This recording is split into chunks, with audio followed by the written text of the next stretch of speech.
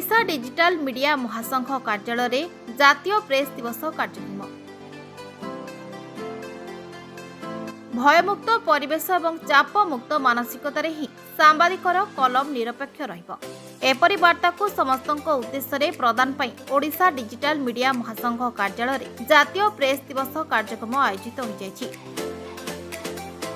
जयदेव भवन निकटस्थ राज्य कार्यालय महासंघर उपाध्यक्ष आशुतोष सामंतराय अध्यक्षतार आयोजित कार्यक्रम संघर प्रायतः सदस्य योगदान करथिले।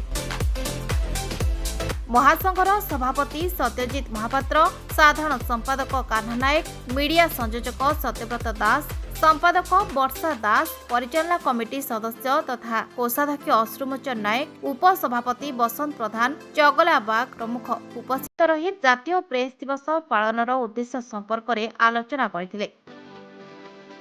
Bureau report, rainbow media.